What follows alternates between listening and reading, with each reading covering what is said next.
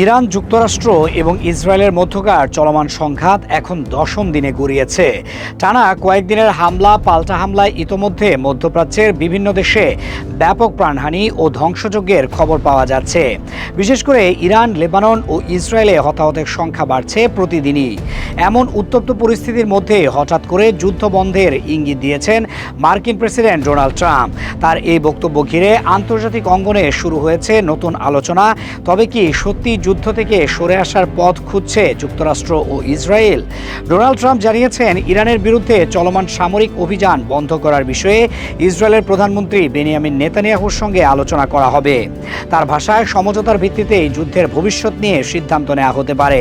অথচ মাত্র কয়েকদিন আগেও ট্রাম্প ইরানের বিরুদ্ধে স্মরণকালে সবচেয়ে ভয়াবহ হামলা চালানোর হুঁশিয়ারি দিয়েছিলেন।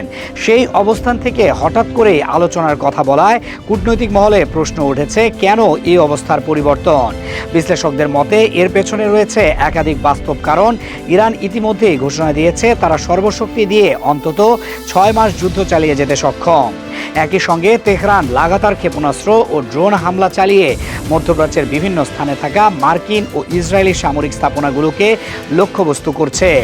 এমন পরিস্থিতিতে যুদ্ধ দীর্ঘায়িত হলে তা যুক্তরাষ্ট্র ও ইসরায়েল উভয়ের জন্যই বড় চাপ তৈরি করতে পারে বলে মনে করছেন অনেক পর্যবেক্ষক। এদিকে যুদ্ধের প্রভাব পড়তে শুরু করেছে বৈশ্বিক অর্থনীতিতেও। অপরিশোধিত তেলের দাম ইতোমধ্যে প্রতি ব্যারেল $100 উপরে উঠে গেছে। মধ্যপ্রাচ্য থেকে তেল রপ্তানির প্রধান পথ হরমুজ প্রণালী ঘিরে উত্তেজনা তৈরি হওয়ায় বিশ্ববাজারে জ্বালানি সংকটের আশঙ্কা দেখা দিয়েছে। বিভিন্ন সূত্রে জানা যাচ্ছে, সংঘাত শুরুর পর থেকে ইরানে প্রায় 3000 মানুষের প্রাণহানি হয়েছে। ইসরায়েলে নিহত হয়েছে অন্তত 13 জন এবং আহত হয়েছে 2000-এর বেশি মানুষ। অন্যদিকে লেবাননেও কয়েকশো মানুষের মৃত্যুর খবর পাওয়া গেছে। ফলে পুরো মধ্যপ্রাচ্য এখন এক অনিশ্চিত পরিস্থিতির মধ্য দিয়ে যাচ্ছে। বিশ্লেষকদের মতে, যুদ্ধ যদি দীর্ঘ সময় ধরে চলতে থাকে তাহলে শুধু আঞ্চলিক নয়, বৈশ্বিক অর্থনীতি ও নিরাপত্তা ব্যবস্থাও বড় ধরনের ঝুঁকির মুখে পড়তে পারে। সেই কারণে যুক্তরাষ্ট্র এখন পরিস্থিতি নতুন করে মূল্যায়ন করছে বলে ধারণা করা হচ্ছে। তবে যুদ্ধ বন্ধ হবে নাকি আরও বিস্তৃত হবে তা অনেকটাই নির্ভর করছে ইসরায়েলের রাজনৈতিক ও সামরিক অবস্থানের ওপর।